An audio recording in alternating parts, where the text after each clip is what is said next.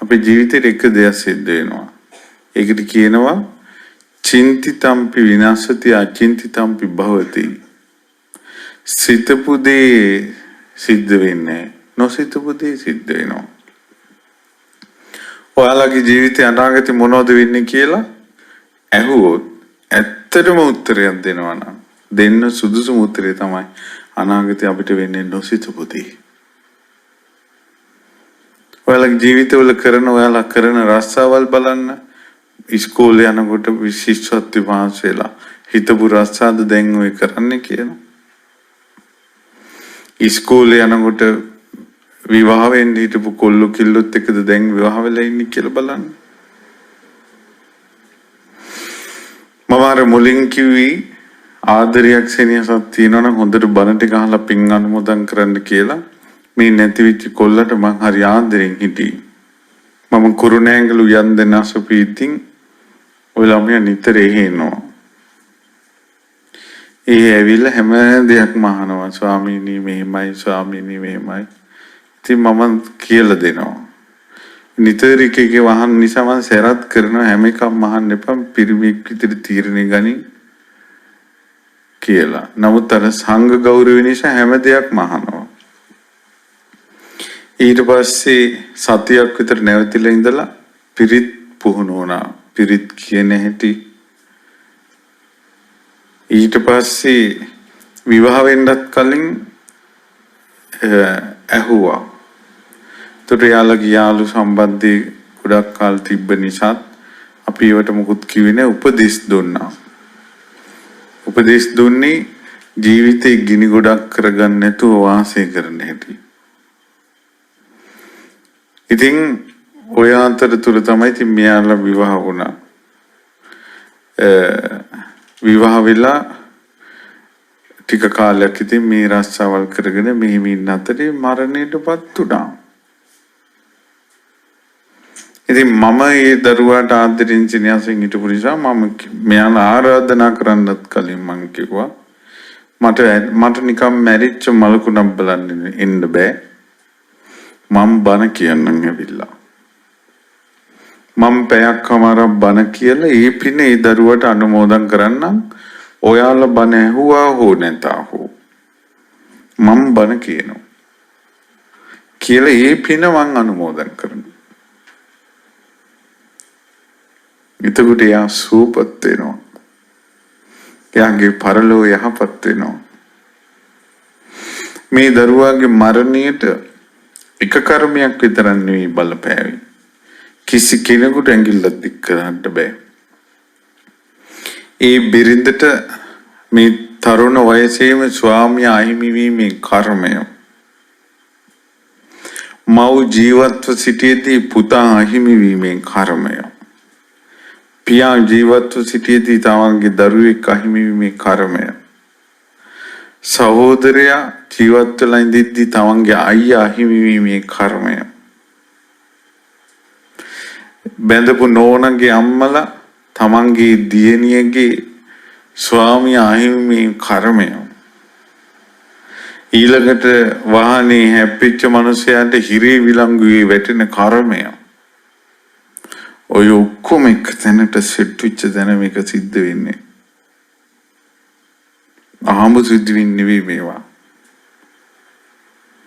කාටද ලෝකේ චෝදනා කරන්නේ? ඊළඟට ඔහු හරස අඩු වයසින් මැරෙන කර්මය. ඔක්කොම ටික එකට ආවා. හරසට විතරක් වරද්ද දාන්න බෑ. බිරිඳට විතරක් දාන්න බෑ. ස්වාමියාට මේ අම්මාට කර්මී දාන්න බෑ. තාත්තාට සහෝදරයට එක්කෙනෙකුට බෑ. දැන් බලන්න යාළුවා විවාහ වුණා. ඒ විවාහ ජීවිතේ විවාහ වෙලා පොඩි කාලයක්. ඒ පොඩි කාලය ඇතුළත දරුවෝ හැදුන්නේ නැහැ. තමන්ගේ තාත්තා අහිමි වීමේ කර්මයේ තියෙන දරුවෙක් එකතු වෙන්නේ නැහැ. පුදුම සහගතයි මේ සසර. පුදුම සහගතයි සසර. ඉතින් ඒ නිසා එක එක්කෙනාගේ ජීවිතවල කර්ම ශක්තිය තියෙනවා. මතක තියාගන්න දරුවනේ. උඹලගේ අනාගත ජීවිතේ සිද්ධ වෙන දේ තමයි නොසිතපු දේ. මේ කොල්ල මා ළඟට ඇවිල්ලා බණ දහම් ඉගෙනගෙන පිරිත් කියලා මට කියනවා මගේ අතින් පිරිත් නූල් බැඳ ගන්න හරි ආසයි.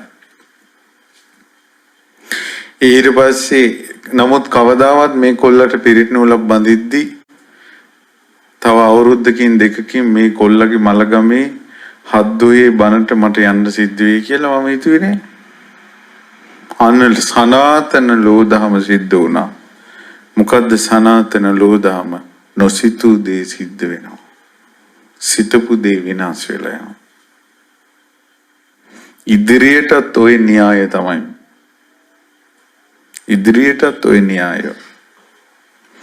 ඒ නිසා මේ ජීවිතය ගැන පොඩ්ඩක් ගැඹුරින් කල්පනා කරන්න.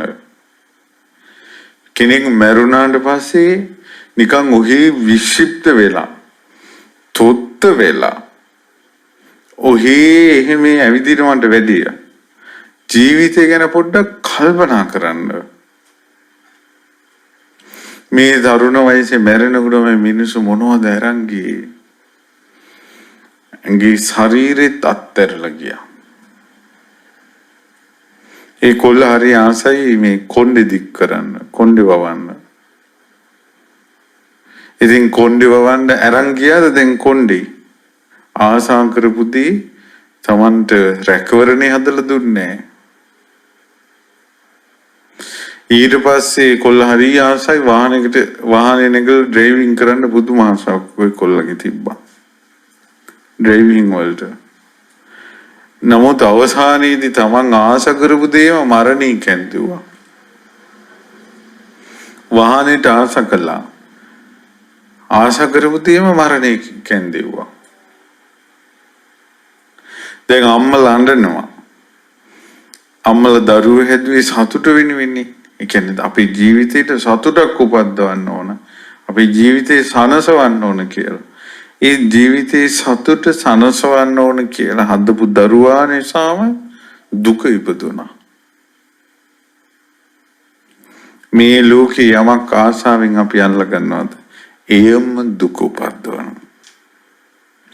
අත්හැරිය තැන දුක ඉවරයි. අත්හැරිය තැන දුක ඉවරයි. වඳුරු අල්ලන මිනිස්සු තැඹිලි ගෙඩියක් කරගෙන තැඹිලි ගෙඩි වඳුරගේ අත දාන්න පුළුවන් විදිහට පොඩි සිදුරක් හදලා ඒක ඇතුළට කෑම දාලා ඒ තැඹිලි ගෙඩිය ලණුවකින් ඇදලා ඈතක ඉඳලා බලාගෙන ඉන්න වඳුරු රංචු වෙනකල්. ඊට පස්සේ වඳුරු රංචු ඇවිල්ලා මොනෝකින් එක වඳුරේ අර තැඹිලි ගෙඩිය අස්සට අත දානවා. අත දාලා කෑම ටික ගන්නවා. මෙහෙම ගත්ත ගමන් දැන් මෙයාට අත එළියට ගන්න බෑ. ඒ අත දැම්මේ මෙහෙම ගන්න බෑ. ඉතින් මෙයා එහෙ දුවනවා මෙහි දුවනවා හැම තැනම දුවනවා දැන් අර තැඹිලි ගෙඩියේ. අවසානයේදී වඳුරු අල්ලන මිනිස්සයා මේ වඳුරව ඇදලා ළඟට අරන් ගොදුරු කරගන්නවා. ඇත්තට මේ වඳුරා අනතුරට ලක්ුණේ කුමක් නිසාද? අර තැඹිලි ගෙඩියට අත දාලා ඒ කෑම අල්ලාගත්ත නිසා. යම් වෙලාවක අතෑරියා නම් ඒ දුකට භාජනය වෙන්නේ. අපි හිතෙන් එක එක්කෙනා අල්ලාගෙන ඉන්නවා.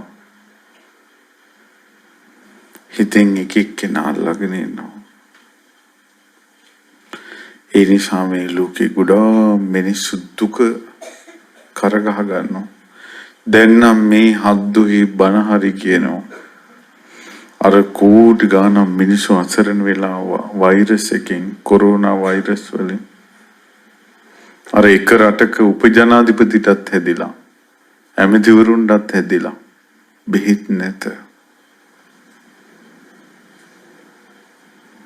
ලක්ෂ සංඛ්‍යාත පිරිස නැවක මිනිසුන්ට වෛරස් එක හැදිලා නැවේ ඇතුලේ එළියට එන්න බෑ. කවුද ඒවට වගේ කියන්නේ? එක එක මෙරි යනවා. මෙයාටත් කොරෝනා වෛරසය මෙයාට පවුලේ 5 දෙනාටම කවුරු වෙනුවෙන් දනන්නේ? කවුද මලගම් කරන්නේ? 100 ගණන් එක පිට දාලා ගිනි තියනවා. මරණය කියන එක අපිට විතරක් කෙනෙක් නෙවෙයි. අනිවාර්යෙන් උපන් සත්වයා මැරෙනවාමයි.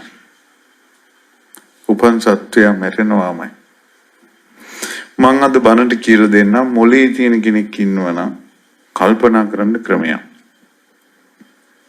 අපේ ජීවිතේට දුක උපදිනවනේ. මේක දුකට කාරණාවක්. මරණය.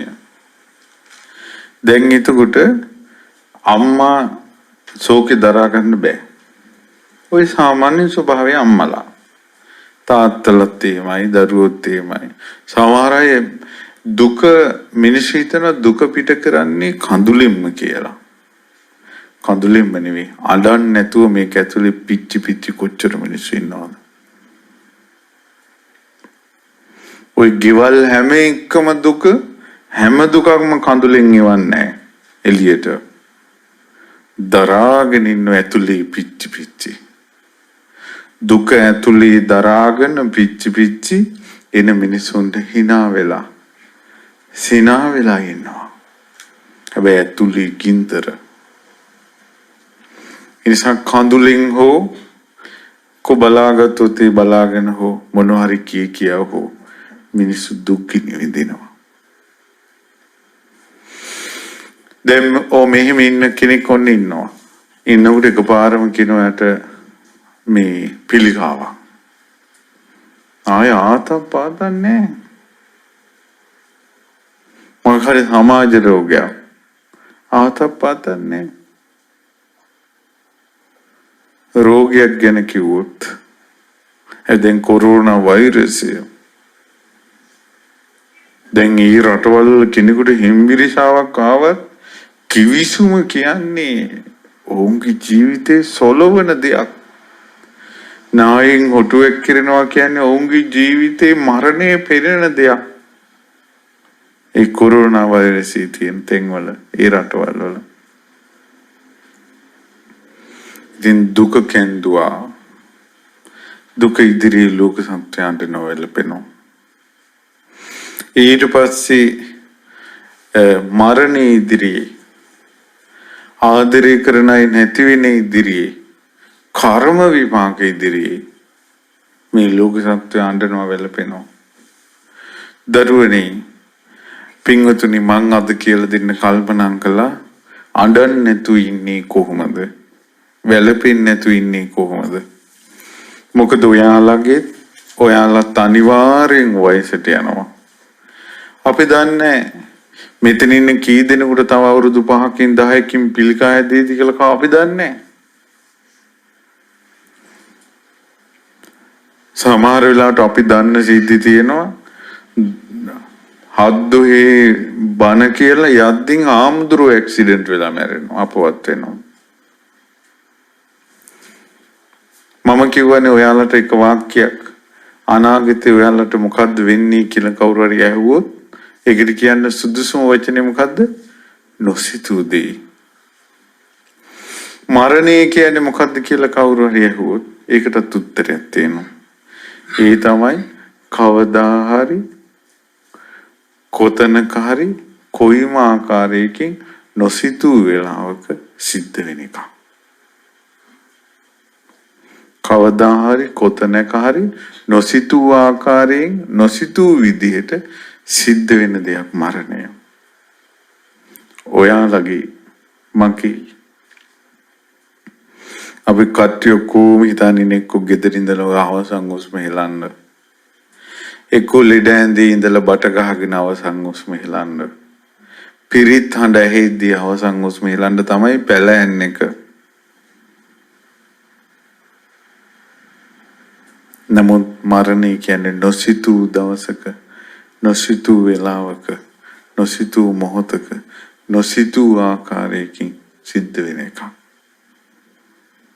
ඔයාලා කවුරුත් මැරෙනවා. ඔයාලා ආදරය කරන අය අනිවාර්යෙන් ඔයාලගේ ජීවිතේ මැරිලා යනවා. අම්මා නැති වෙනවා, තාත්තා නැති වෙනවා, සහෝදර සහෝදරියෝ, බිරිඳ, ස්වාමියා, දරුවෝ. කවදාවත් දරුවෝ හදන අම්මලා තාත්තලා ඇස්පනා පිට දරුවෝ මැරෙයි කියලා හිතන්නේ තුන් හිතකින්වත්. සිද්ධ වෙනවා. එදාට නාඩා ඉන්නේ කොහොමද? එදාට ශෝක නොකර ඉන්නේ කොහොමද? දැන් මේ කොල්ල කවදා හරි දන්නවනම් හරස දන්නවනම් හරස අඩු වයසින් මැරෙනවා කියලා. මැරුණාට පස්සේ මේ කෙල්ල තනි වෙනවා කියලා දන්නවනම් කවදාවත් ওই කොල්ල මේ කෙල්ල බඳින්නේ නැහැ. මේ කොල්ලටත් කවදාවත් සංඥාවක් තිබෙන්නේ නැහැ ඒ කාලේ. මම මැරෙනවා ආවල් දවසේ ආවල් මොහොතට කියලා. ඉතින් ඒ නිසා දැන් අපි බලමු අපි කාටත් ශෝක වෙන්න තැන් එනවා නාගති. අනිවාර්යෙන් තියෙනවා.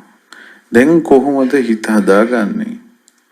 ඒකට මම උපමාවක් කියන්න. මේ ගෙවල් වලත් ඇති වතු සුද්ධ ගස්. එහෙම නැත්නම් මල් ගස්. මල් ගහක මලක් පිපිලා ওই දවසක් අමාරක් තිබිලා පර වෙලා වැටෙනවා. ඒකට අපි අඬනවද? වැළපෙනවද? නැහැ. ඇයි එහෙම අඬන්නේ වැළපෙන්නේ නැත්තේ? අපි දන්නවා එහෙම තමයි. මලක් පිපිලා පර වෙලා වැටෙනවා එහෙම තමයි. ඒ නිසා අඬන්නේ නැහැ වැළපෙන්නේ නැහැ. මෙතන නෙළුම් මල් තියෙනවා. මේ නෙළුම් මල් පුපුදනකොට ලස්සනට තිබ්බා. දැන් ටික ටික මේන් කර වීගෙන යනවා, කළු වීගෙන යනවා. දැන් අඬනවාද මේකට කවුරුත්? මෙන්න නෙළුම් මල් ටික පර වෙලා යනෝ කියලා. ඇයි අඬන්නේ නැත්තේ? අපි දන්නවා මේ මලකට මෙහෙම වෙනවා කියලා. ඊට පස්සේ ගහක ගෙඩි හැදෙනවා. ඒ ගෙඩි හැදෙද්දී ඒ ගෙඩි ඉදිලා වැටිලා යනවා. දැන් අපි අඬනවාද අනේ අපේ ගහේ අඹ ගෙඩි හැදුනා ඒව ඉදිලා වැටුණා අනේ දෙයියනේ මොකද්ද මේ උනේ කියලා අඬනවාද? ඇයි අපි දන්නවා අඹ ගහේ ගෙඩි ඉදිලා වැටෙනවා කියලා. මම මේ කියන්නේ ගියයි මොකද්ද? මැරෙනකොට මේ අපි කවුරුත් අඬන්නේ අපි හිතලවත් නෑ මැරෙනවා කියලා.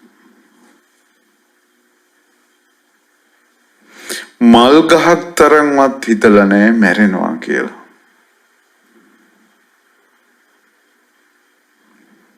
මල් ගහේ මල් පිපිපි වැටෙද්දි කොහොම තමයි කියනවා. නමුත් මිනිස්සෙක් මැරෙද්දි කවුද කියන්නේ? උපන් සත්වයා මැරෙනවා කොහොම තමයි. හාමුදුරනෝ බණකට කිව්වොත් විතරනේ. උපන් සත්වයා මැරෙනවා කොහොම තමයි කියලා හාමුදුරනම බණකට කිව්වොත් විතරයිනේ. කවුරුත් හිතන්නේ මැරෙන බව. තව දුක මෙහෙම තව කාරණාවක් කියනවා. ඔක තේරෙන්න. තවත් තේරුම් ගන්න මේක. ඔන්න ආච්චි කෙනෙක් ඉන්න ගොඩාක් වයසයි. ලෙඩ වෙලා වයසට ගිහිල්ලා හිතෙනවා දැන් මැරෙයි මිනිස්සු හිතනවා කොයි වෙලාවෙද දන්නේ නැහැ කියලා ඔක්කොම ඉනෝම ඉඳලා ආච්චි මැරෙනවා. ඒ ගෙවල් වල ඇඬිලි අඩුයි. ඇයි ඒ නිතර හිත හිටියා ආච්චි මැරෙන්න පුළුවන් ළඟදී කියලා. එකපාරම තරුණ කොල්ලෙක් මැරෙනවා. අහනකොට පපු හිර වෙනවා.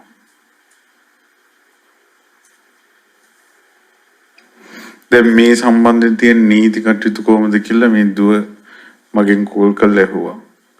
ඊට පස්සේ ඉදා මාව මොන ගෙහින්ද නීතිඥ මහත්තයෙක් කියලා හිටිය බණකට ආරාධනා කරා. ඒ වෙලාවෙම තමයි මේ දරුවෙන් කෝල් එක ආවේ. ඊට පස්සේ මම කිව්ව පොඩ්ඩක් ඉන්න කියලා මම අර නීතිඥ මහත්තයට මේ සිද්ධිය විස්තර කළා. මෙහෙම තරුණ කොල්ලෙක් මෙහෙම නැති වුණා මෙහෙම කිව්ව ගමන් එයාට උපදෙස් දෙන්න කලින් එයාගේ පපු හිර වුණා. විස්තරය අහලා සාය කරුණු කියලා සංසිඳුල උපදෙස් ටික ගත්තේ. තරුණ ජීවිතයක් පුංචි ජීවිතයක් නැති වෙච්ච ගම එකපාර ඔරොත්තු දෙන්නේ කාටවත්. ඇයි? තරුණයෙක් මැරෙනවා කියලා හිතලවත් නැහැ තුන් හිතකින්. මේ කොල්ලෝ කසාද බඳිද්දි තරුණ කොල්ලෝ බැඳපු ගම අපිට ගේ වාහනයක් ගන්න කොහොමද, ගේ හදන්නේ කොහොමද, බිස්නස් කොහොමද කියලා කල්පනා කරනවා. එක දෙයක් හිතන්නේ හදිසියවත් මම මැරුණොත් මේ කෙල්ලට යන කලදසාව. ඇයි හිතන්නේ නැත්තේ? මරණය ගැන හිතන්නේ. කසාද බැඳලා පස්සේ දරුවෙක් කොහොමද, ගේ කොහොමද, අරක කොහොමද, මේ කොහොමද කියලා බැඳපු කෙල්ලත් මහත්තයත් එක්ක කතා කරනවා මිසක්ක මහත්තයට සංඥාවක්වත් දෙන්නේ නැහැ. මහත්තයා මම ආදරේ ඔයාට, ආදරේ නිසා මම ඔයත් එක්ක ආවේ. අපේ ජීවිත කියනවා කොයි වෙලාවෙද දන්නේ. මම නැති වුණොත් ඔයා ආදර වෙනුවෙන් කරන්න ඕනේ කඳුළු නොසලන එක. දරා ගන්න එක. ජීවිතේට මුහුණ දෙන එක. කියලා ඈලා මේ මුළු ලංකාවේම නෝන කෙනෙක් බැඳු මහත්තයට ඔහොම කියලා තියෙනවා නම් ආශ්චර්යයි. එක්කෙනෙකුටවත් සංඥාවක් නැහැ මැරෙනවා කියලා. මොකද කරන්නේ? මරණය ගැන හිතලා නැත්තම් ඊට පස්සේ අඬ ඉන්න තමයි තියෙන්නේ. අඬන එකමයි තියෙන්නේ. මරණේ නොසිතූ දවසක, නොසිතූ මොහොතක, නොසිතූ ආකාරයකින් සිද්ධ වෙන එකක්. අපේ මරණය කොහොමද සිද්ධ වෙන්නේ? නොසිතූ විදියක, නොසිතූ තැනක. සමහර මිනිස්සු ටොයිලට් එකේ මැරෙන්නේ. වැසිකිලි කරන්න ගිහිල්ලා එනකොට පයලි ඉස්සලා වැටිලා ඔළුව කොමඩ් එක අසීර වෙලා තමන්ම අසූචි කරපු එකේ ඔළුව ගහගෙන මිනිස්සු මැරෙනවා. ඔයාලා දන්නවද අපි කොහොමද අපේ මරණ කොහොම වෙයිද කියලා දන්නවද? දෙවියන් යදින්ට ගිය තැන එතනම බෝම්බේ පුපුරලා මස් කෑලි වීසි වෙලා යනවා. සවලේ මස් එකතු කරන්න. දැන් මේ වාහනවල හැපුණාට පස්සේ කොහොම හරි ඔළුව ගැට ගහලා හරි මේ මහලා හරි පුළුන් ඔබලා හරි ආන්තන් ශරීර කයක් පේන්න හරි තියෙනවා. බෝම්බෙකදී යම් දවසක මේ ශරීරය එනවා. අම්මලා තාත්තලාටත් හොයාගන්න බැරි දවසක්. යම් දවසක සසර. ඉතින් මේ දරුවට තෙනේවන්දු ඉතින් මේ දරුව බැඳපු ඒ දුව මේ මිනිහ බැලුවේ මූණ බැලුවේ නැහැ. ওই පැත්තකට වෙලා ඉඳලා අපි මුත් ඒක බලන්නද කියලා මං කිව්වා මාත් කිව්වා ඕන්නේ බලන්න එපා. ඇයි මතක් වෙනවා. නේ මං කිව්වා බලන්න නැතුව අඬන්න නැතුව ඉන්න. ඊට පස්සේ ඇයි එහෙම කළා? හිතලා ඒ ෂෝකේ වැඩි වෙන නිසා මිනිහ දිහා බලන්න නැතුව ওই පැත්තකට වෙලා හිටියා. ඊට පස්සේ අවසානයේ ඒ පුතාගේ මූණ වහලා රෙද්දකින් ඊට පස්සේ තමයි ඒ දුව ඒ ස්වාමියා මේ අවසානට වැන්දේ. මම සිද්ධ වෙච්ච දේ කියන්නේ. මං කියන්න හදන්නේ මෙහෙමයි. බිරිඳක් නේද ස්වාමියාගේ මූණට ගොඩාක් ආදරේ. ඔය මූණ දැකලා නෙන්නේ යම් දවසක් එනවා. ආන්දරේ නිසාම හෝ ඒ මූණ දිහා නොබලා ඉන්න දවසක් එනවා. මේක තමයි සනාතන ලෝධම.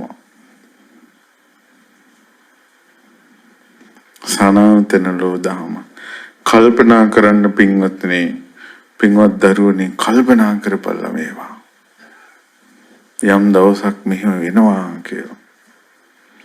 දැන් කොරෝනා වෛරසය ආවට පස්සේ මොන ඇඬිලිද ආවොත් දැන් බුද්ධ ආනුභාවය නිසා රතන සූත්‍රයේ ඇහිච්ච ආනුභාවයේ සිංහල මිනිස්සු තියෙන නිසා සිංහල මිනිස්සුන්ට කොරෝනා වෛරසය ඉන්නේ නැහැ. දැන් පිටරටවල සුද්දන්ට ඇවිල්ලා චීනොන්ට ඇවිල්ලා දැන් මොනවද කෝ ජාති ආගම් ભેද කුල මල උස් පහත්කම් තියනවද ජාතිවාද ධනවත් දුප්පත් තියනවද නොපෙනෙන වෛරසයකට මිනිස්සු ඔක්කොම අසරණ කරනවා ඔවුන්ට ඒව දරා ගන්න නොහැකියි ඔවුන් කවදාවත් හිතලා නැහැ මනුස්ස ජීවිතයකට මෙහිම වෙනවා කියලා මේ මල ගෙදර පාඩමකට ගන්න මේ මල ගෙදර පාඩමකට ගන්න ඊට පස්සේ තව හිතන්න ක්‍රමයක් කියන්නම් මල ගෙදරකදී මම දැකලා තියෙනවා මම නම් මේ මල ගෙවල් වල ගියාට පස්සේ හිතනවා මං ගෙදර ඉන්න කාලෙත් මහමෙවුනායින් බණ අහන නිසා අහලා හිතනවා ඒ නිසා මං ඉක්මනට මට මහාන වෙන්න ලැබුණේ දැන් මගෙන් මේ ළමයි ඇහුවා ආන්දරණී මේ හැමතැනම බණට යනවා මල ගෙවල් වල බණට යනවා ඔබ වහන්සේලාට ඉපා වෙනවා ඇති නේද කියලා මං කොනේ මේ හැම බණකදී මේ හැම මල ගෙදරකින්ම මහානකම ගැන සතුටු හිතෙනවා මහාන වෙච්ච නිසා මේ දුක නැහැ කියලා මා හිත මැරුණොත් අද යනකොට මැරුණොත් මා රැස් කරගත්තු කුසල් සම්භාරයක් තියෙනවා මා වෙනුවෙන් අඬන්න කවුරුත් නැහැ අම්මලා තාත්තලා මාව සාසනෙට පූජා කළා මං දැන් මැරුණොත් හිත හවස් වෙනකොට මගේ අලුවත් නැහැ මා වෙනුවෙන් අසරණ වෙන අය නැහැ කවුද යහඳුරු කියලා තවත් බනහයි දෙක්කම මහානකම මේ ගෙදර මේ මලගෙවල් ආදර්ශයට ගන්න ඒ කෙනා මැරිලා නම් එතෙන්ට දාන්න තමාව හිතින් මෙන්න මාව මැරිලා ඒතර බලන්න යාළුවේ නැහැටි දැන් ඔය කොල්ලගේ යාළුවෝ ටික ආවා දැන් බලන්න යාළුවෝ ආවා ටිකක් බැලුවා පොඩ්ඩක් ෂෝකින් හිටියා එළියට ගියා කුටු කුටු ගෑවා කෝල් එකක් ආවා ආන්සර් කළා Facebook ගියා මම මැරිච්ච දවසට මාගේ යාළුවෝ දෙසේ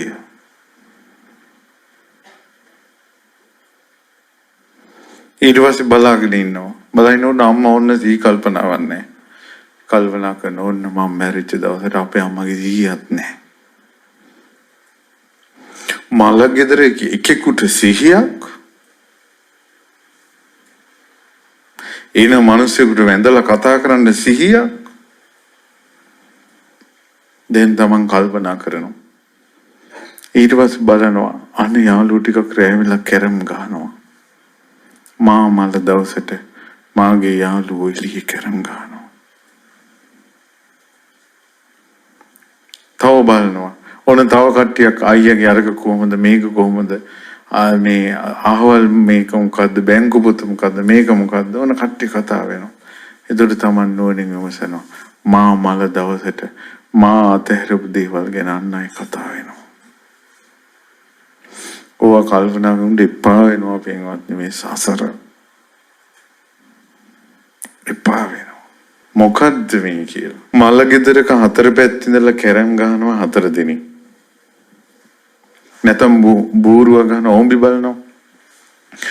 බලනවා හතර දිනක් මම කියන්නේ සත්‍යය ඔය වයස ගොන්දලත් වට එකතු වෙනවා ඊට පස්සේ මේ ඕම්බි කහනකොට බොහෝ විට මලගෙවල් වල එකම සෙට් එකක් තමයි වට එකතු වෙන්නේ ඕකෙන් එකෙන් මැරෙනවා ඒ ගෙදරට අර සෙට් එක යනවා මල ගෙදර මිනිහ දිහා බලලා ඔළුව පාත් කළ ෂෝකින් ඉඳලා හවස් වෙනකල් ඉන්නේ ඕම්බි බලන්න තව එකෙක් තියාගෙන ඕම්බි බලනවා අනිත් තුන් දෙනා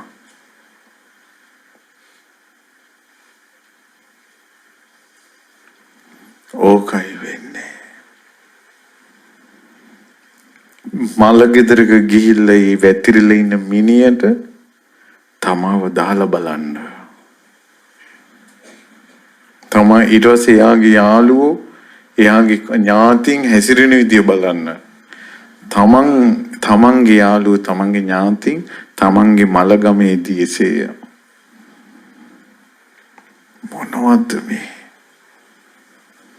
මොනවද මේ පොඩ්ඩක් කල්පනා කරලා බලන්න. ඊට පස්සේ අඬලා දොල්ල වැඩකුත් නැහැ. ඔන්න ඊට පස්සේ සමහර අය මිනි පිටි බදාගෙන අඬනවා. වැළපෙනවා. ඊට පස්සේ ගෙනියන්න එපෝ කියලා කියනවා. නිකමට හිතන්න මිනිස්සු ටික කිව්වොත් හරි ගෙනියන්න එපා නම් මිනි අපි දාලා යනවා කියලා කවුරුවත් මිනිහ උස්සන්නේ නැහැ ගෙදරින්. ඔන්න දවස් අධ්‍යයක් යනකොට තව කළු වෙනවා. ගඳ ගහනවා. එතකොට ගෙනියන්න එපා කියලා අඬන අයම මේක වලී දාපන් කියලා කියනවද නැද්ද?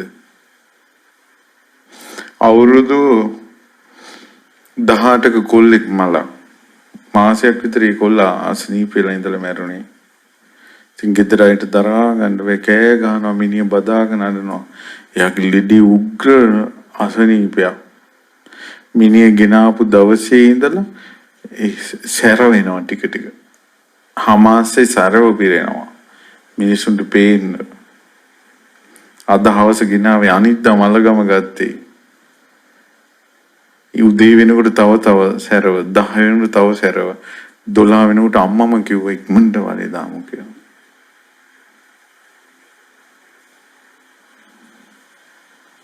සසර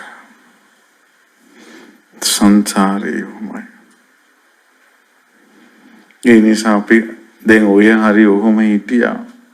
අපි කියමු සුනාමිය, නායම්, ගම් වතුර, බෝම්බ මොන මලකෙවල්ද රොත්තට ඔහොම දාලා වලේ දානවා මිසක් සමහරවිට වලේ දාන්නේ නැහැ කුණු වෙලා මැරෙනවා. ඔය සිද්ධ වෙන්නේ කාටද? මිනිස්සුන්ද? අපිද මිනිස්සු. අපිට එහෙම සිද්ධ වෙන්න පුළුවන්. ඒ නිසා ශෝක නොකර ඉන්න නම් මරණය කල්පනා කරලා තියෙන්න ඕන. මම මැරෙයි කියලා. මම මැරුණොත් මොකද්ද වෙන්නේ කියලා. අර විදිහට කල්පනා කරනකොට ලෝකෙට ඕනවට වැඩිය බැඳෙන්නේ නැහැ. අට අත්තරින්න පුළුවන්. යනකොට කිසි දෙයක් ගෙනියන්නේ නැහැ. කලින් ජීවිතේ මොනවාරි අල්ලගන්න ඇති ඒවා අත්තරිය අම්මා කෙනෙක්ගේ බඩට ආවා නූල් පොටක් නැතුව ඉපදුනා. නූල් පොටක් නැතුව ඉපදිලා යනකොට කොච්චර දේවල් බදා ගන්නවද? ඇත්තටම ඔයිට මැරෙන වෙලාවේ මොනවත් ප්‍රශ්නයක් නැතුව මැරෙන්න නැත්තම් ලෝකෙ කීයෙන් කී දෙනාද අනේ ප්‍රශ්නයක් නැහැ කියලා සැනසille මැරෙන කීයෙන් කී දෙනාද ඇත්තේ? ගොඩාක් අයට මැරෙනකොට මතක් වෙනවා. මරණය ගැන කවර කතාවද? සසර දුකින් නිදහස් වෙන්න ඕන කියලා බණහන් දෙන උපාසකම්මලාට කිව්වොත් දැන් නිවන් දකින්න පුළුවන් එක්කෙනෙක් ඉක්මනට ඉදිරිපත් වෙන්න දැන් නිවන් යවන්න පුළුවන් කිව්වොත් එකෙක්වත් ඉදිරිපත් වෙන්නේ නැහැ. කියනවා කලබලෙට බෑ. ගෙදෙට කියලා ආවේ නෑ. මිනිස්සු එහෙමයි. ඒ නිසා සෝබනේ ඕනේ. සෝබනේ ඕනේ. සත්‍ය ඕන. ඇත්ත ඕන. සත්‍යෙන් තමයි මිනිස්සු දුකින් නිදහස් කරවන්නේ. මේ මැරෙන අවසාන වතාවද තමන්ගේම පුතා මැරිලා අම්මා අඬපු වාරවලදී අම්මගේ ඇස් වලින් වැටෙන කඳුළු සතර මහා සාගර ජලයට වැඩි කොච්චර අඬලා තියෙනවද? ඔයාලා දැකලා නැද්ද? අඬලා අවසානයේ ඇස් වල කඳුළු නැහැ. කඳුළු නැතුව අඬනවා දැකලා නැද්ද? මා දුටුවා. අඬලා ඇස් වල කඳුළු නැහැ. ඒත් අඬනවා. වැටිච්ච කඳුළු විතරක් එකතු කළොත් සතර මහා සාගර ජලයට වැඩි. එච්චර අඬා එන්නේ. ඒ නිසා සසර ගැන අහලා අපිට යම් ධර්මයේ ගැන පැහැදීමක් තියෙන නිසා මේ අම්මලා මේ ශෝකෙන් අඬනේවා අපිට සාමාන්‍යයි. සසර පුරුද්දට ඔය අඬන්නේ. ඇයි එච්චර දරුවෝ මැරිලා තිනව සංසාරේ? එච්චර පුතා නොවිච්ච කෙනෙක් නැහැ. දුව නොවිච්ච කෙනෙක් නැහැ. පුතා මැරෙද්දී තාත්තා අඬලා තාත්තගේ ඇස් වලින් කඳුළු වැටිච්ච කඳුළු ටික එකතු කළොත් සතර මහා සාගරේ ජලයට වැඩි මොහොතක් ළඟට ගිහිල්ලා ඒවා බලන්න. මේ මොහොතේ ජලස්කන්ධයට වැඩිනේ අඬපු කඳුළු කියලා. සාමාන්‍යයෙන් තාත්තා කෙනෙක් ලේසියෙන් අඬන අඩුයි. උන්දලන් දරාගෙන ඉන්නවා. එහෙම දරාගෙන ඉන්න තාත්තලාගේ කාලෙන් කාලට කඳුළු වැටෙනවා. ඒ කඳුළු ටික එකතු කළොත් සතර මහා සාගරේ ජලයට වැඩි. එච්චර අඬලා තියෙනවා. ස්වාමියා මැරිලා, දුව මැරිලා, පුතා මැරිලා. අපි කලේ අවසානට කඳුළු එකතු කරපු එක විතරයි මේ සංසාරේට. මෙරේ කාටවත් පණ එන්නේ නැහැ. ඉස්සර එක පවුලක් තිබ්බා. මේ පවුලේ තාත්තා ඉන්නවා, අම්මා ඉන්නවා, පුතා ඉන්නවා, දුවෙක් ඉන්නවා, වැඩකාර කෙල්ලෙක් ඉන්නවා, අලුතෙන් පුතාට කෙල්ලෙක් ගෙනවා. අම්මා, තාත්තා, දුව, පුතා, දාසිය, අලුතෙන් ගෙනාවු කෙල්ලයි 6 දෙනයි. තාත්තා නිතර මේට කිව්වා දරුවනේ මේ ජීවිතය කියන්නේ පිනි බින්දුවක් වගේ තනකොළඟක තියෙන. කොයි වෙලාවෙට ඉදන්නේ. මේ ජීවිතය කියන්නේ මලක තියෙන වතුර බින්දුවක් වගේ ඉරට කොයි වෙලාවෙ වාෂ්ප වෙලා යයිද දන්නේ. මේ ජීවිතය කියලා කියන්නේ කලයක් වගේ. කලේ අවසානයේ තමයි බින්දින එක. ඊට පස්සේ මරන්න ගෙනියන ගවේ තියෙන පියවරක් පාසා මරණයට යනවා වගේ අපි මේ දවසින් දවස මරණයට ලං වෙන්නේ කියලා තාත්තාර ඔක්කොටම කියලා දුන්නා. ඊට පස්සේ කියලා දුන්නා වතුරකට කඩුවකින් ගැහුවට පස්සේ ඉක්මනට හා වෙනවා.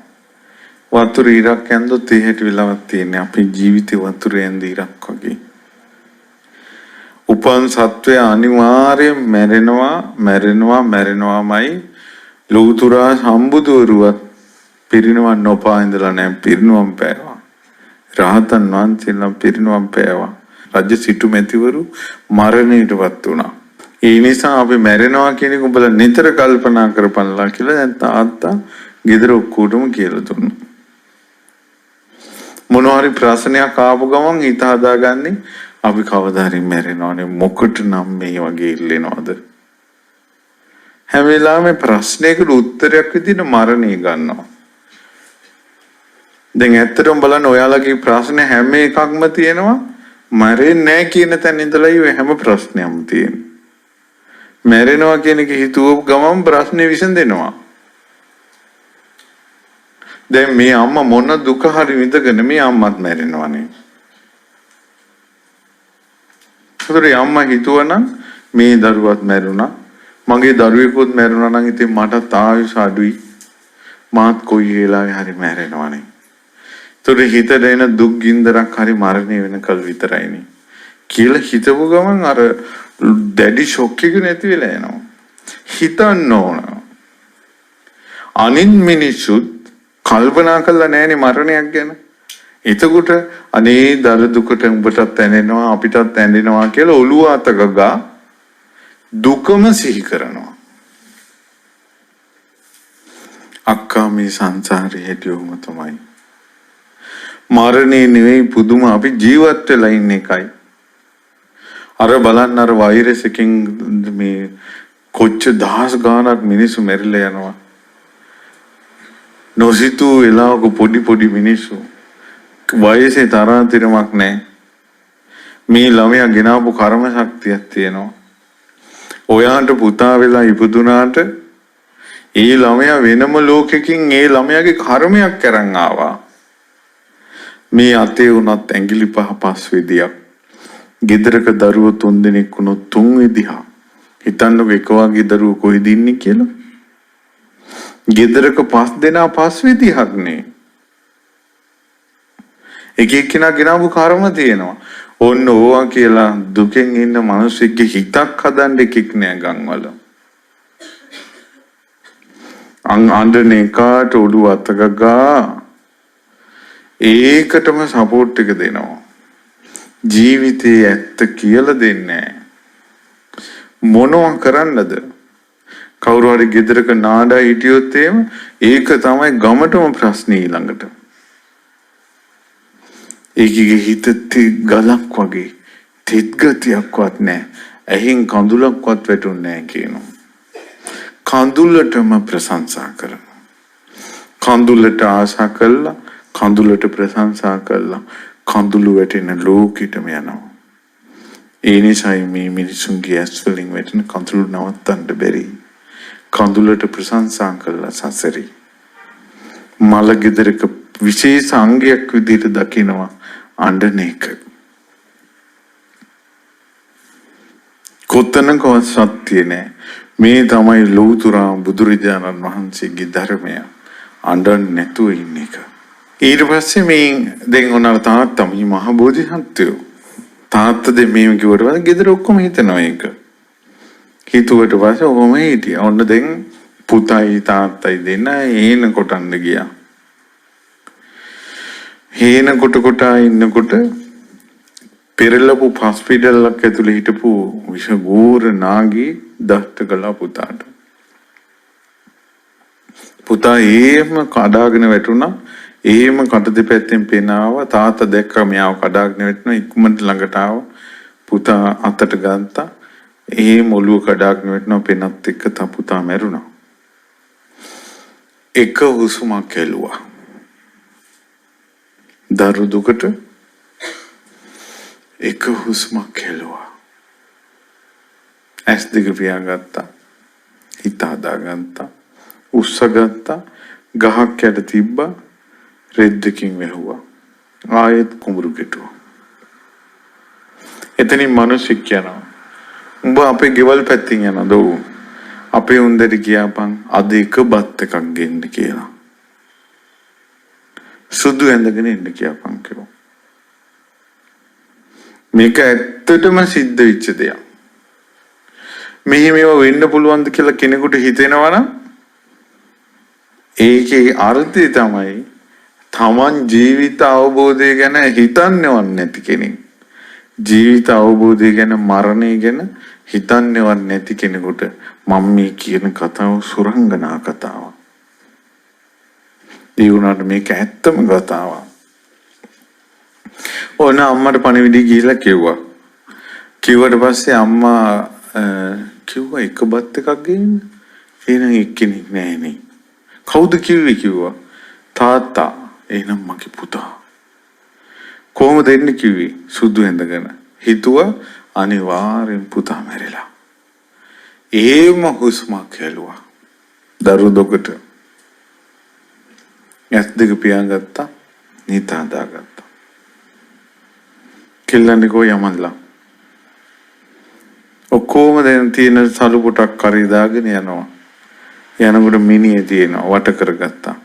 ඕන උඹලට මං කියපු දේ දැක්කද කියලා තාත්තා. අපි එක එක්කෙනා ජීවත් වෙලා ඉඳින් එක එක්කෙනා මැරිලා යනවා. ගෙදරක 5 දෙනෙක් හිටියොත් අනිවාර්යයෙන්ම ওই 5 දෙනාගේ මරණය බලන්න සිද්ධ වෙන 4 දෙනෙක්ගේ මරණය කාට හරි බලන්න සිද්ධ වෙනවා.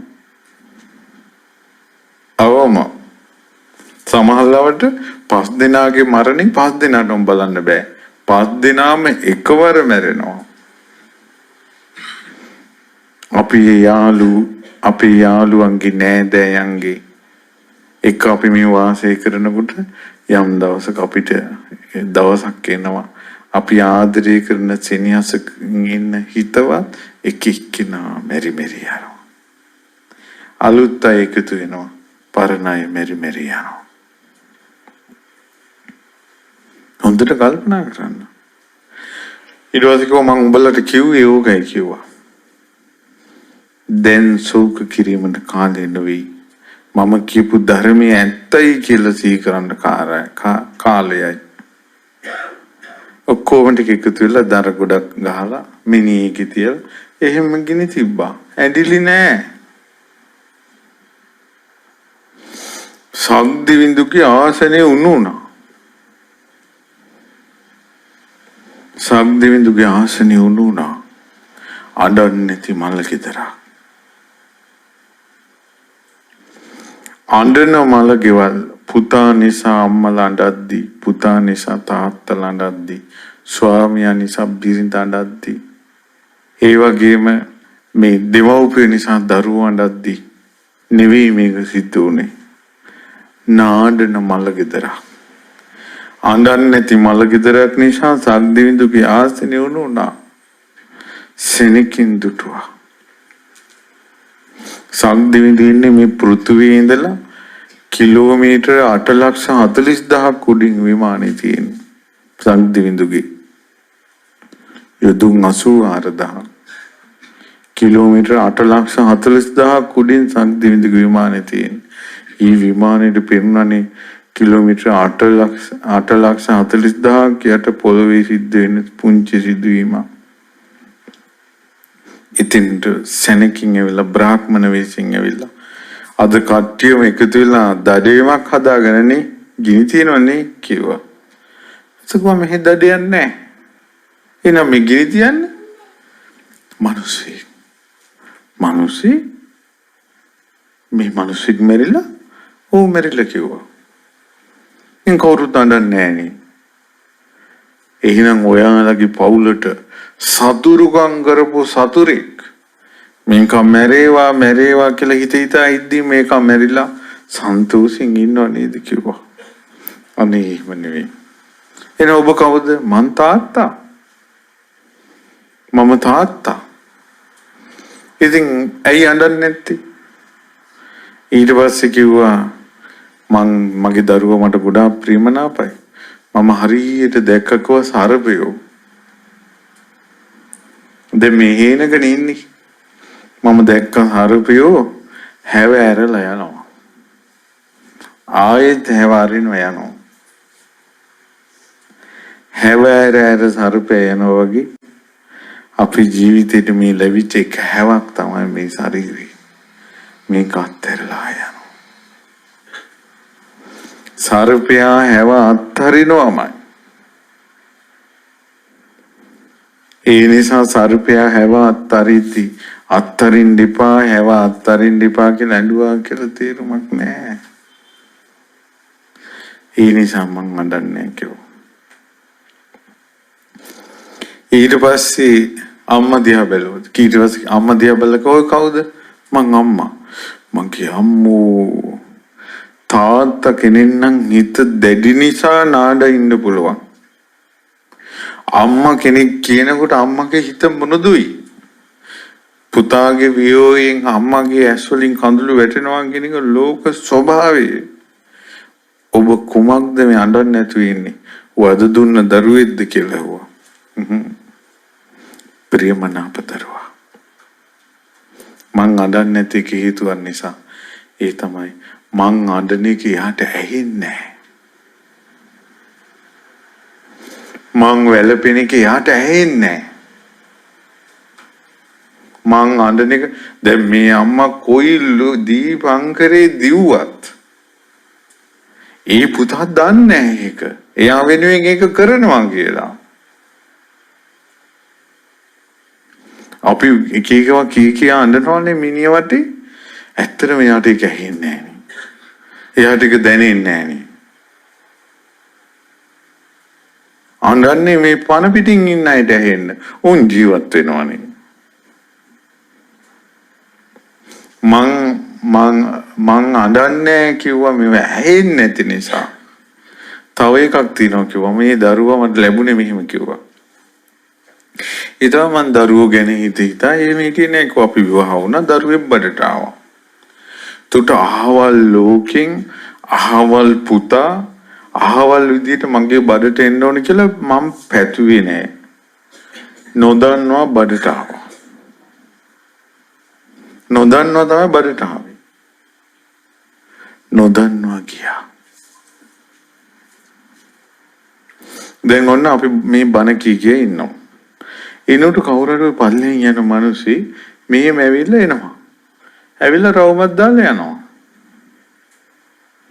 අපිට කියන්නේ නැතුව ආවා, කියන්නේ නැතුව ගියා. අපිට ඒක ප්‍රශ්නයක්ද? පාරේ යන මිනිස්සෙක් ඇවිල්ලා මේ පොඩ්ඩක් මොකද්ද කියලා බලාගෙන යන එක අපිට ප්‍රශ්නයක්ද? ඒ වගේ තමයි කියන්නේ නොදන්නවා අපේ ජීවිතේට ආවා. නොදන්නවා යනවා. දැන් බලන්න ඔයාලගේ දරුවෝ දිහා. ඔයාලගේ දරුවෝ 3 දෙනෙක් ඉන්නවා නම් 3 දෙනාම ආවේ දන්නවන්නේ නැතුව. කලින් ලියුමක් කියනවා ධම්මා ආවල් දවසේ මම ආවල් ලෝකෙ ඉඳලා ඔයාලගේ පුතෙක් වෙලා එනවා. දන්නවලා ආවද? කිසිම දරුවෙක් දන්නවලා ආවද? නැත. ඔයාලට යම්කිසි දරුවෙක් නොදන්නවා ආවනම් ওই දරුවා යන්නෙත් නොදන්නවා. මේ අම්මට ওই දරුවා දන්නවලා නෙවෙයි ආවේ. නොදන්වාම ගියා. ඒ දරුවගේ වැරදක් නෑ. ආපු දිටි ගියා. ඔයාලගේ දරුවෙක් දන්නවලා ආවනම් ඊට පස්සේ දන්නවලා මෙයයි. මම අඬන එක වැළපෙන එක ශෝක කරන එක එයාට පේන්නේ නැහැ. එයාට දැනෙන්නේ නැහැ. ඒ නිසා මට අඬන්න විදියක් නැහැ කිව්වා. මගේ කොල්ලට ඇහෙනවනම් එයාට මගේ දුක දැනෙනවනම් මම මේ ගින්න බදාගෙන අඬනවා කිව්වා. නමුත් එයාට පේන්නේ නැහැ, දැනෙන්නේ නැහැ. එයාට පේන්නේ නැත්තම් දැනෙන්නේ නැත්තම් අපි එහෙම දුක් වෙනවා කියලා එයා පොඩ්ඩක්වත් දන්නේ නැත්තම් කොමටද දුක් වෙන්නේ? ඊට වැඩිය හොඳයි ගහක් ළඟට ගිහිල්ලා අඬන එක ගහ වෙනුවෙන්. පැහැදිලිද මම මේ කියන එක? ඊට පස්සේ දැන් ඔය පංචශීලී රකින්න ප්‍රාණඝාතයෙන් වැළකීලා ඉන්න මිනිස්සු ඉන්නවා. ওই මිනිස්සුන් අලුත් මාළු ගෙනල්ලා එහෙම නැත්නම් කරවල හුරුල්ලු ගෙනල්ලා යසර කපනවානේ. ඇයි? ඒ මිනිස්සු දන්නා මේකට පාන නැහැ. ඒසප් පීයෙන් අයියෙන් ගහනවා. හැබැයි ඔය මිනිස්සයාම මාළුවේ දඟල ඉද්දීන් පපු උණු වෙලා ගිහිල්ලා දානව නේද වතුරට? දඟල ඉද්දීන් ගිහිල්ලා වතුරට දානවා. ඒක හරි. අර මාළුවා මැරිලා. මැරිච්ච මාළුවා කපනවා. ඒතර අපි දන්නවා මෙයා මැරිලා මෙයාට දැනෙන්නේ නැහැ. මාළුවෙකුට තියෙන සංඥාවක් මිනිහක් ගැන අපිට නැහැ. මැරිච්ච කෙනෙක් ගැන. පන පිටින් ඉන්නකොට වගේ මැරිච්ච කෙනා ළඟ හැසිරෙන්නේ. පුතා ඔයා ඇයි ගියේ? ඔයා නේද මට කෑම දුන්නේ? මං ගාව ආදරෙන් හිටියේ ඔයා නේද කියලා පුතා පන පිටින් ඉන්නකොට කිව්වා වගේම මැරුණාට පස්සේ මිනිහ බදාගෙන කියනවා මම මේ කියන්නේ පින්වතුනි ඔයාලා හිතේ මේ කරගන්න එපා. ඇත්ත කියනකොට පින් රැස් වෙනවා. මට ඕනනේ ලොකු පිනක් මේ මැරිච්ච පුතාට දෙන්න. ලොකු පිනක් මැරිච්ච පුතාට දෙන්න ඕන නිසා තමයි මම මේ ඇත්ත කියන්නේ. ඔයාලා ඇත්ත ඇහුවොත් ලොකු පිනක් රැස් වෙනවා. ඒ පින ඒ පුතාට දෙන්න ඕන. ඒකයි මේ කියන්නේ. මල ගෙවල් වල ඇඬුවා කියලා, වැළපුණා කියලා එයාට දැනෙන්නේ නැහැ. එයා දන්නේ ඒ ආරාධනාවක් නැතුව බඩට ආවා. පුතික් වෙලා ආරාධනාවක් නැතුව මැරිලා ගියා. කුමට අඬන්නද කියලා ඇහුවා අම්මා. කෙල්ලගේ පැත්තට හැරුණා. නංගි කවුද මේ? ඊට පස්සේ අයියා. මගේ අම්මෝ අයියයි නංගි කියන්නේ කොච්චර බැඳීමක්ද? තමන්ගේ අයියාගේ මරණයේදී තමන්ගේ නැගණියගේ දැසෙන් කඳුලක් වැටෙන්නේ නැත්නම් ඒකි නංගියෙක්ද? එහෙම නැත්නම් අනිවාර්යෙන් ඉන්න කාලේ මේකිට වද දෙන්න ඇති අයියා. ඒකයි මරණයේදී අඬන්නේ නැත්තේ. නංගි කිව්වා නෑ. මං අඬන්නේ නැත්තේ ආදරේ නැති නිසා නෙවෙයි. ගොඩාක් ආදරේ. ඒ වුණාට ඇඳීමෙන් එක දෙයයි වෙන්නේ කිව්වා. කිට්ටු වෙලා යනවා කිව්වා. ඇස් ඇතුළට යනවා කිව්වා. ඇස් ඇතුළට ගිහලා කිට්ටු වෙන එක තමයි කිව්වා. අඬනකොට සිද්ධ වෙන්නේ. මැරිච්ච කාට පණ ඉන්නේ මොහොතක් ඇස් අරින්නේ නැහැ නේ මැරිච්ච කෙනා. මේ මල ගෙදරත් අඬපු අයට උච්චරයි. ඇත්ත කියන්නේ සැරයි කියලා හිතන්න එපා. අපි මෝඩ වෙන්න ඕනේ හැමදාම. හිත මැරුණත් එක දවසක් එක පැයක් ඇත්ත කල්පනා කරපු කෙනෙක් විදිහට මැරෙන්න. අපි කවුරුත් මැරෙනවා. අඬපු අයට වෙන්නේ ඉච්චරයි. දැන් මේ මෑනියෝ මම හොඳට කල්පනා කරන්න ඕන. මෑනියෝ පුතාගේ වියෝගෙන් ගොඩක් විශ්ිප්ත වුණා. ඒ වගේම පුතාගේ මරණයවත් බලන් ඉන්නේ නැති තරමට විශ්ිප්ත වුණා. ඒකෙන් උනේ අම්මා ගොඩාක් දුර්වල වුණා, ශරීරය දුර්වල වුණා, කොණ්ඩි නැති වුණා. ජීවිතය ඇත්ත තේරුම් ගන්න. ඊට පස්සේ අවසාන මොහොතේ හරි පුතා ළඟට වෙලා මං රැස් කරපු පිනෙන් පුතා උඹ ආයේ දුකට එන්න එපා කියලා කියනවනම් ඒ අවස්ථාවක් නැති වුණා. ඇයි? විශ්ිප්ත වෙච්ච නිසා. දැන් මේ ටිකත් කියන්නේ මේ බණ ඉවර වෙනකොට හරි සිහියෙන් පින් දෙන්න ඕන. අම්මා කෙනෙක් විදිහට තාත්තා කෙනෙක් විදිහට සිහියෙන් පින් දෙන්න ඕන. අපි හැමදාම බොළඳ වෙලා ඉඳලා හරියන්නේ නැහැ. දරා ගැනීමක් ඕන අපිට. අපි මිනිස්සු මිනිස්සෙක් තමයි ලෝතුරා සම්බුදුනේ. මිනිස්සු අතර ඉපදිච්චයි තමයි රහත් උනේ. ඒ නිසා මිනිස්සයාට පුළුවන් හිත හදන්න. අඬා ඉන්න කඳුල පියදාගෙන හිත හදාගන්න පුළුවන් මිනිස්සුන්ට. ඒ නිසා ඔයාලා මේ ශෝකය දුරු කරගත යුතුයි. හිත හදාගත යුතුයි.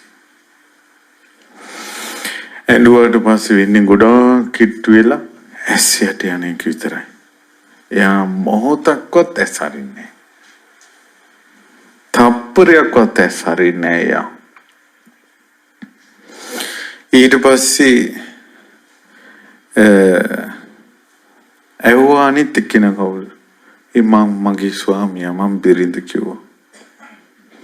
ඊට පස්සේ මොකද මේ අඬන්නේ නැත්තේ? දැන් ස්වාමියා මරණයට පස්සේ බිරිඳ කඩන්න එපා. මොකද මිනිස්සයා මැරෙන කල්ද බලාගෙන හිටියේ කියලා ඇහුවා. එහෙම නැත්නම් වෙන මිනිහෙක් ගැන හිටියද කියලා ඇහුවා. මිනිස්සයා මැරෙද්දී අඬන්නේ නැති ගෑනු ඉන්නවද කියලා ඇහුවා. අම්මෝ මෙහෙවත් සමාජයක්. අර බ්‍රාහ්මණයා කියනවා නෑ කිව්වා. මගේ අතේ මං චූටි බබාලා නලවලා තියෙනවා. දවසක් පොයි දවසේ පොඩි බබෙක් නලවනකොට අර පොඩි බබා හඳ දැකලා මට කිව්වා හඳ ඕන කියලා හඳ බැහැගෙන යනවා. හඳ ඕන කියලා ඇඬුවා. මට ඕක මතකයි කිව්වා. බැසගෙන යන හඳ ඉල්ලා දරුවා අඬද්දි ඔහුට හැඬීම මිසක් කවදාවත් හඳ ලැබෙන්නේ නැහැ. උපන් සත්වයා මැරෙනවා. මං ස්වාමියාව ඉල්ලලා ඇඬුවොත් එහෙම හඳ ඉල්ලලා අඳින දරුවාගේ මගේ වෙනසක් නැහැ කිව්වා.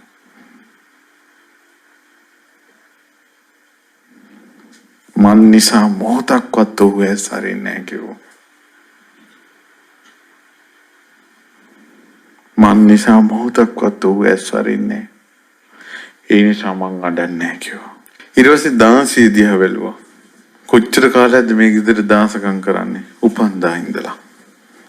අම්මෝ ඉන්න කාලේ තුකු එනේන මේ මිනිස්සයා වැඩ ගන්න ඇති. ඒකයි මරණයේදී මූණේ ශෝකේ නැත්තේ. අනේ නෑ කිව්වා. මට හරියට දයාව අනුකම්පාව. හරි හොඳ කෙනෙක් කිව්වා අපේ මේ මහත්තයා. එහෙනම් අඬන්නේ නැත්තේ? මම වතුර ගේනවා. දවසක් මගේ අතින් කලයක් කැඩුනා. මං කලේ දිහා බලාගෙන හිටියා. ඒ කලේ දිහා බලාගෙන ඉඳින් දැන් කලේ කැඩුණානේ. කැඩිච්ච කලේ තිබ්බ විදියටම පාස්සන්න පුළුවන් දාය. මරුණ කෙනාට පණ එන්නේ ආය. කැඩිච්ච කලේ තිබ්බ විදියටම 이르දියෙන් පාහන්න පුළුවන් වෙයි කාට හරි. ඒ වුණාට 이르දියෙන් පණ දෙන්න බෑ. මං ඕක සිහි කරනවා කියෝ. බලන්න මිනිස්සු මරණ සතිය වල්ලා තියෙන හැටි. සාරපේ කෑව හරිනව දැකලා. හඳ ඉල්ලලාමයි අඬන හැටි බලලා. මලකෙවල් මිනිස්සු අඬද්දී ඒක දිහා බලන් ඉන්නවා. මොකද්ද දැන් වෙන්නේ මෙතන කියලා. මලකෙවල් සමහර අය එහෙම කෙහිල් කඳන් වගේ වැටෙනවා. කලබල වෙනවා. ලැජ්ජයි. ඇඳුම් කඩාගෙන අඬනවා. මොකවත් වෙන්නේ අර මිනිහ ඕම තිබිලා හවස එක්කවලේ දානවා. නැත්තම් ගිනි තියනවා. එන්නේ. අඬපු එකට සම්මාන දෙනවද කවුරුවත්? පුතා වෙනුවෙන්, දුව වෙනුවෙන්, සහෝදර වෙනුවෙන් අඬපු හොඳම කෙනා. නෑ. අර මිනිස්සු කියයි අර ගොඩක් ඇඬුවනේ. එච්චරයි. ගිහලා එයාලා ගෙදර ප්‍රශ්නයකට අඬනවා. පොඩ්ඩක් බලන්න මේ මිනිසුන්ගේ නින්දා ප්‍රශංසා මොකටද? මම මේ දුවට උපදෙසක් දුන්නා. මං කිව්වා උඹ මේක පුතේ ලියාගන්න පොතක. මොකද්ද පුතේ ලියාගන්න කිව්වේ?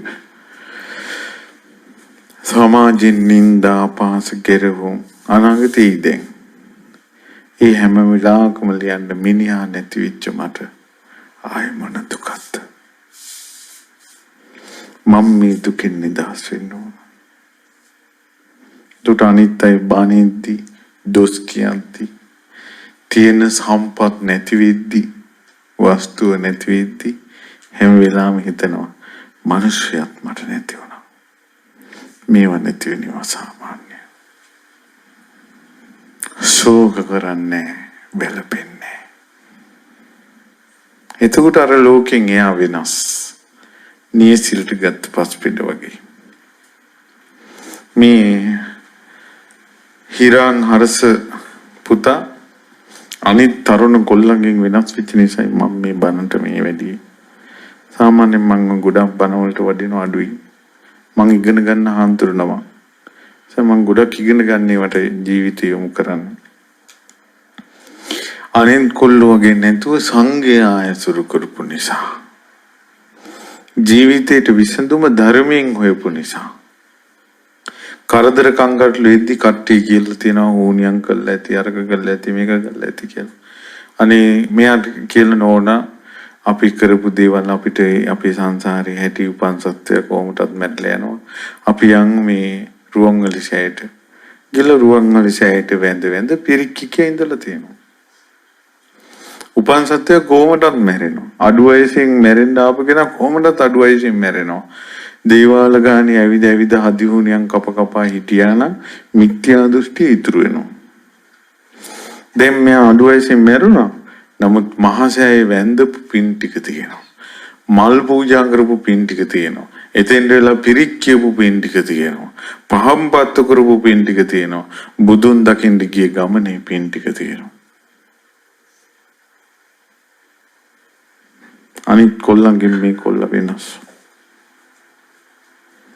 අනිත් කොල්ලන්ගෙන් මේ කොල්ලන් වෙනස්. ඒ නිසා දැන් කල්පනා කරන්න තව බැත්තා. දැන් මෙතන ඉන්න ඉලන්දාරේ කොල්ලෝ මේ රූපවාහිනිය ඊළඟට එක තමයි මේ ධර්ම දේශනාව රූපවාහිනිය පටිගත කරනවා දැන් මේ සද්ධා රූපවාහිනිය. හේතුව ඒ දරුවාගේ ලොකු අදහසක් තිබිලා තියෙනවා. කවදා හරි ලෝකෙටම ඇහෙන්න බණක් ප්‍රචාරය කරන්න ඕන කියලා. මේ දුවේක මට කියපු ගම ඉක්මනට අපි ඒකට කටයුතු හරි ගැසලා දුන්නා. මේ දැන් සමහර අයගේ සමහර අදහස් ඉෂ්ට වෙන්නේ මරුණට පස්සේ.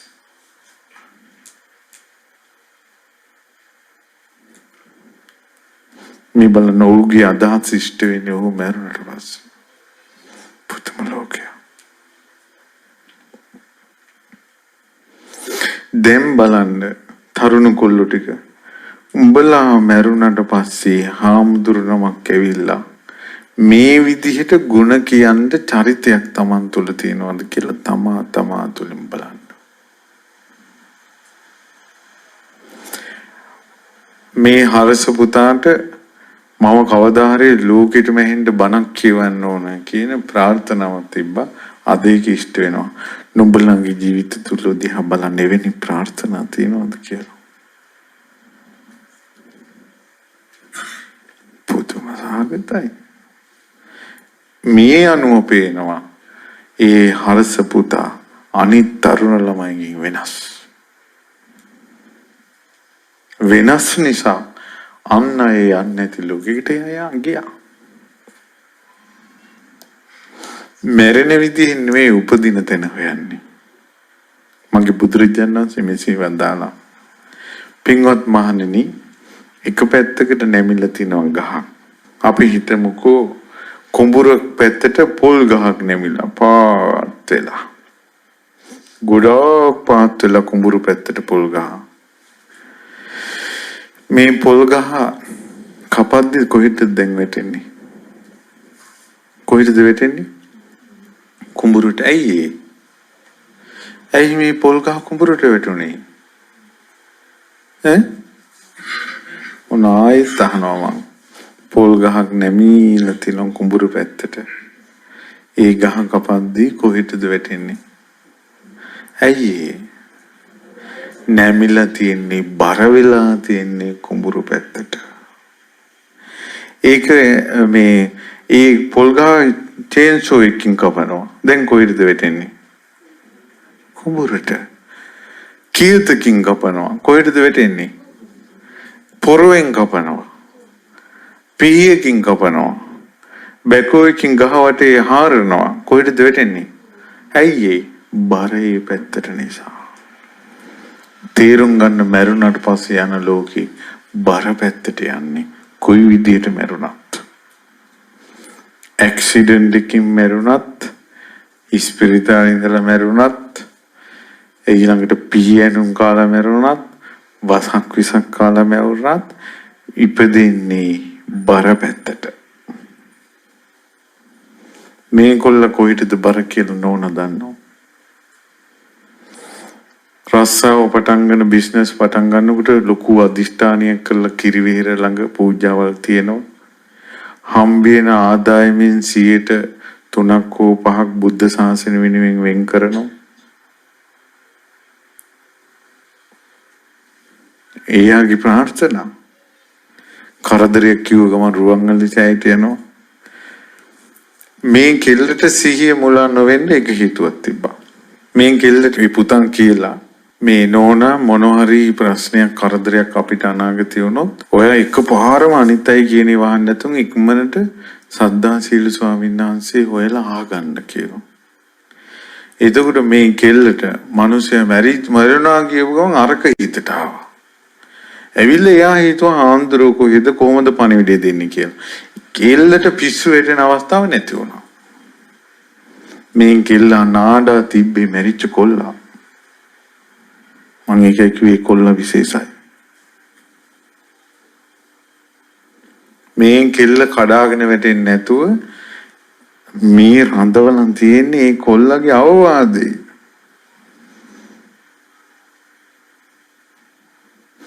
දෙකද වෙනස් අනිත්යට වෙඩිය. ඇයි එහෙම එයා කියවිලා තියෙන්නේ? එයාගේ හිත බර බුද්ධ ශාසනය පැත්තට. හිත බර බුද්ධ ශාසනය පැත්තට. ඉතින් බර පැත්තට උපදිනවා. ඔහුට බුද්ධ ශාසනය නැති වෙන්නේ නැහැ. ගොඩාක් අයට බුදු සසුන මතක් වෙන්නේ වයසට පළච්චි. ඒතකොට තමයි මතක් වෙන්නේ බුද්ධ ශාසනය. සිල් ගන්නේවා, පිරික් කියනේවා.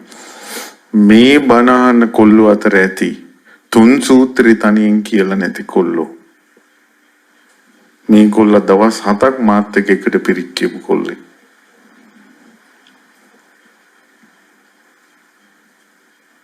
තුන් සූත්‍රේ තනියෙන් කියලා නැති කොල්ලෝ ඉන්නවා. අනිත්‍ය යෝමනාවට නෙවෙයි තමන් තනියෙන් ගිහිල්ලා සිල් ගත්තේ නැති කොල්ලෝ ඉන්නවා. මේ කොල්ලා තනියෙන් සිල් ගත්ත කොල්ලේ.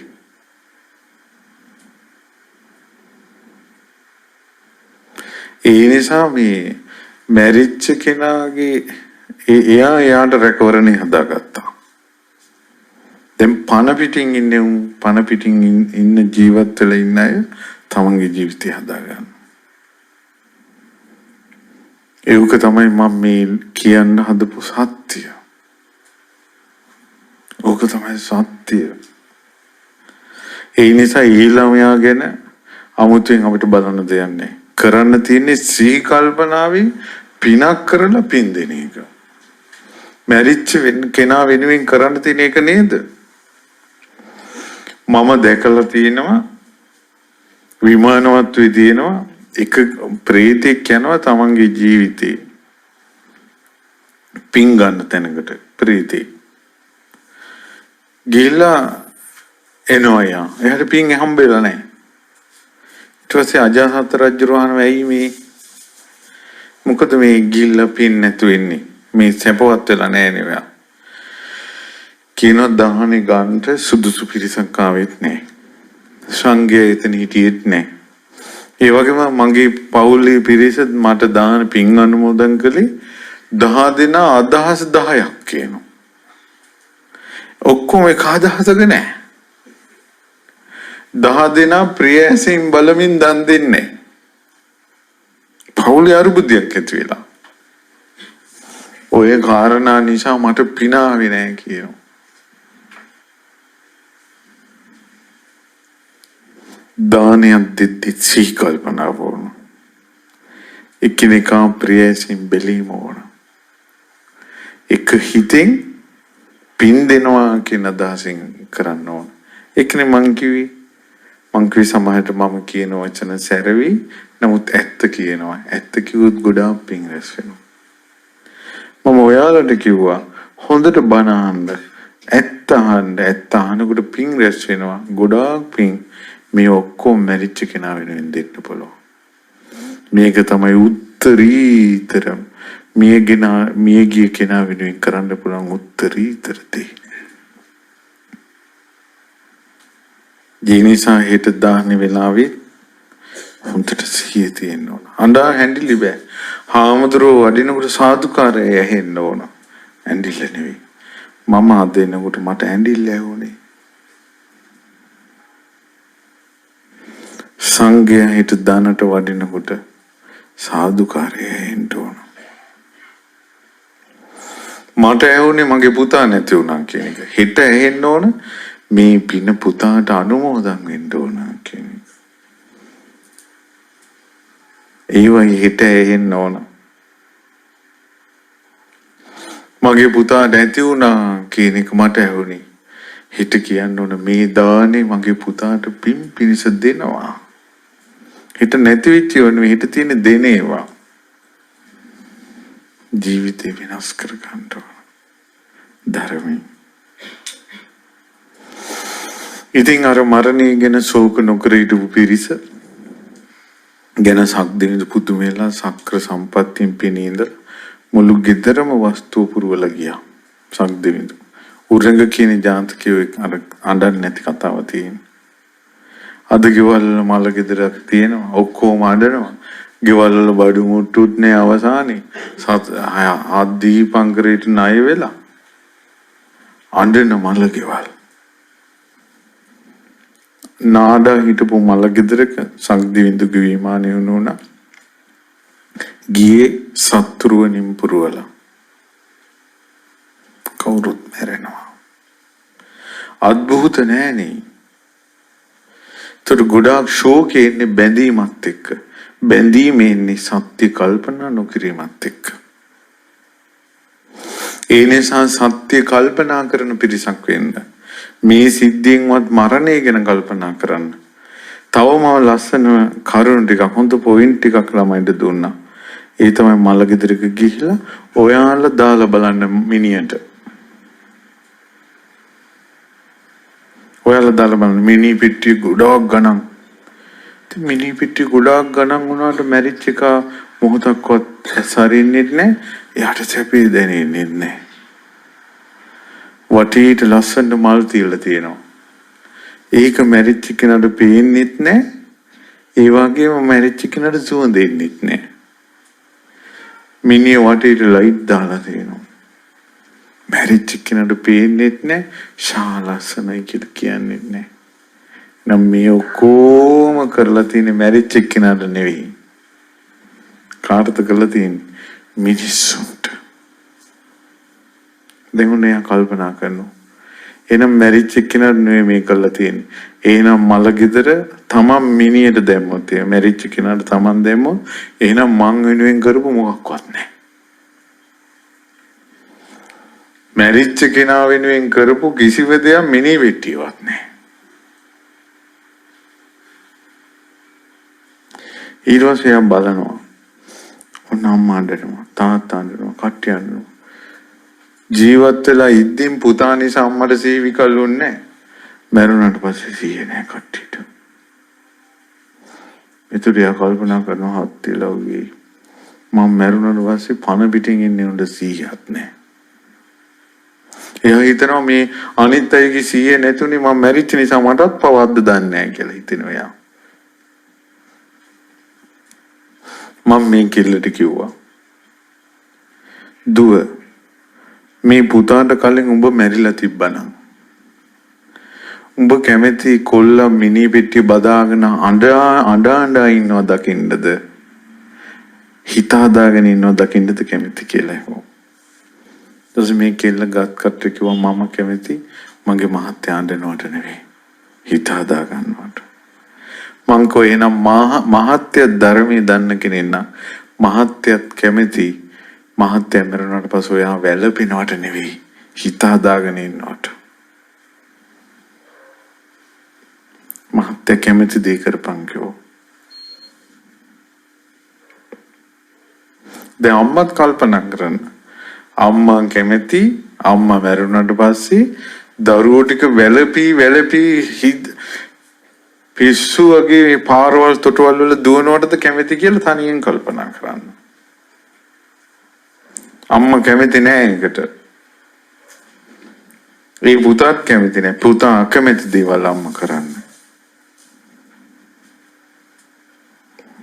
හොඳට කල්පනා කරන්න දැන්. එයා කැමති දේවල් කරන්න. මේ කෙල්ලට සිහිය තිබ්බා. කිව්වා මහත්තයා බණ කියන්න කැමති. මං කොහොනේ නම් බණ කියනවා. ඒකයි මම මේ කරුණු කියන්නේ මේ බණ ටික ඉවර වෙලාවත් සිහියෙන් පින් දෙන්න ඕන. හෙට දානේ හැන්දක් ගානේ අම්මා වේවුලන් නැති අතින් අම්මා දම් බෙදන්න ඕන හෙට. වේවුලන් නැති අතින්. බොහොම හොඳයි. බොහොම හොඳයි.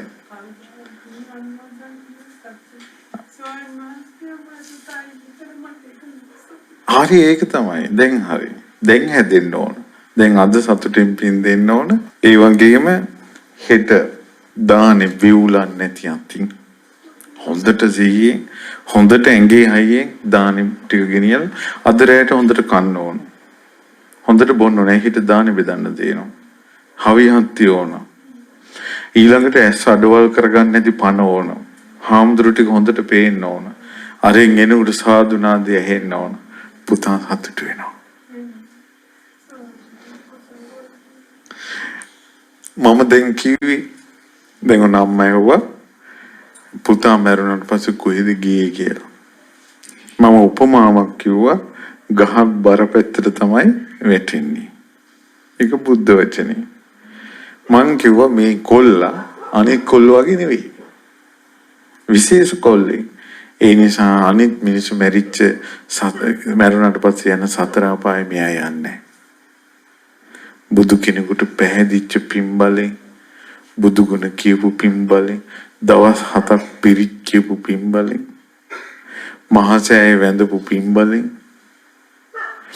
රස්සාවක් කරලා ඒකේ ලාභේ බුද්ධ ශාසනයට මන් දෙනවා කියන සිතිවිලි පින්බලෙන් ඊළඟ අධාර්මික වෙළඳාම් නොකිරීමේ පින්බලෙන් මෙයාලා බිස්නස් එක බොහොම අමාරුවෙන් කරදරෙන් ගෙනියලා තියෙන්නේ.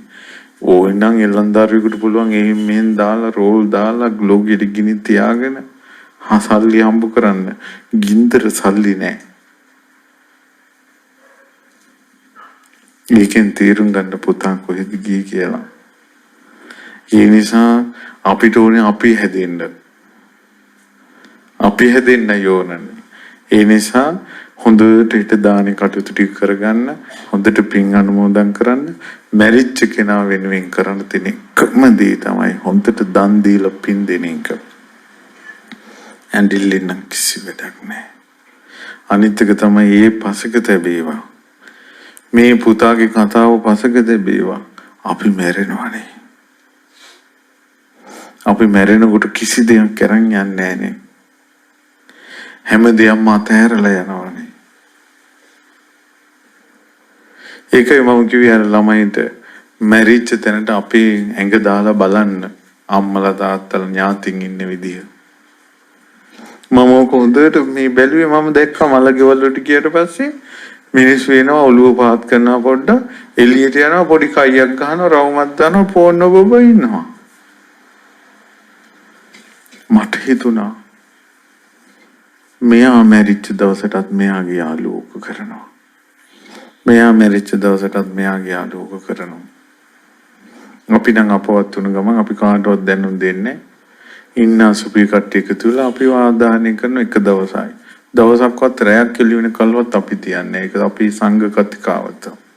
මහා මෙවුනාවේ. අපි උදේ මැරුණොත් හවස වෙනකොට ආදාහනය කරනවා. මං අද මැරුණොත් හෙට හවස වෙනකොට මගේ අලුත් නැහැ.